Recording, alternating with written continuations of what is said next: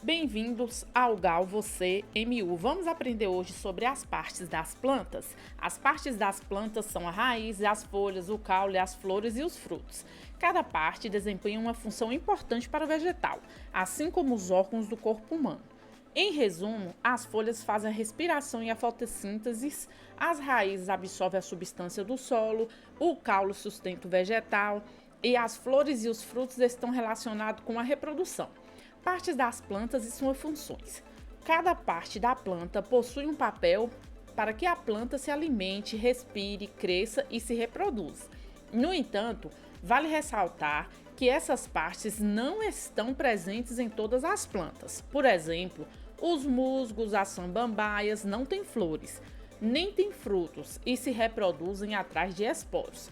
Já as folhas dos cactos se modificam durante o seu processo evolutivo, dando lugar aos espinhos. Apesar dessas diferenças entre os integrantes do reino vegetal, é importante conhecer cada parte da planta e as suas funções.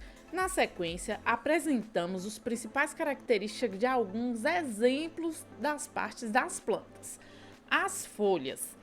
A folha é a parte da planta responsável por realizar a fotossíntese, o processo através do qual a planta reproduz seu próprio alimento. Nas células das folhas há muitas estruturas chamadas cloroplastos, que contêm a clorofila, o pigmento que dá a cor verde à planta. A clorofila também absorve a luz do sol para que a fotossíntese aconteça. Nas folhas também acontece a respiração e a transpiração. Esses dois processos são possíveis porque na superfície da folha existem estruturas chamadas de estômagos, que se abre e se fecha, permitindo a entrada e a saída de gases e água da planta. As folhas podem ser classificadas de acordo com a disposição do limbo, que é a parte mais conhecida da folha. Assim, ela pode ser simples ou composta, como os trevos e as folhas das palmeiras. As raízes. As raízes representam formatos relacionados com a sua função. As raízes ajudam a fixar a planta ao solo e são responsáveis pela absorção de substâncias essenciais, como a água, os sais minerais. Além disso, elas conduzem a substância e atuam também como reserva. Existem diferentes tipos de raiz na natureza, mas, de modo geral, há uma raiz primária principal e várias ramificações que são as raízes laterais, como, por exemplo, as raízes que podemos citar.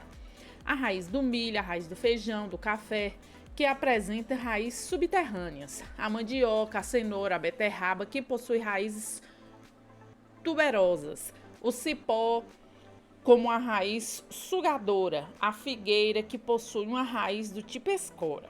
Além dessas, ainda existem outras raízes que são as aquáticas, como a da Vitória Régia. Os caules. Os caules transportam os nutrientes produzidos pela fotossíntese. O caule sustenta a planta e faz transporte de sua substância através da planta. A água e os sais minerais são levados através de vasos que existem dentro do caule, das raízes até as folhas. E os açúcares, que são produzidos na fotossíntese, são transportados das folhas até as raízes. E é no caule que são produzidos os hormônios vegetais, auxiliando assim no crescimento e desenvolvimento da planta. Geralmente, os caules são aéreos e verticais, em pezinho em cima do chão, como no caso do tomateiro e dos troncos das árvores. Existem ainda os vegetais que possuem caules que crescem junto ao solo e são subterrâneos, como é o caso das bananeiras e do gengibre. As flores. As flores são coloridas e atrativas. As flores são responsáveis pela reprodução da planta. Elas estão presentes apenas nos grupos de plantas mais evoluídos, chamados de angiospermas. As flores podem ser hermafroditas, que se produzem sozinha, ou mônocas, quando possuem ao mesmo tempo a estrutura feminina e masculina. Um exemplo desse tipo de flor são as tulipas, que também podem ter suas estruturas separadas em flores diferentes, chamadas de diocas, como ocorre no mamoeiro. Frutos. Os frutos são encontrados as sementes. Os frutos são geralmente resultado do desenvolvimento do ovário após a fecundação.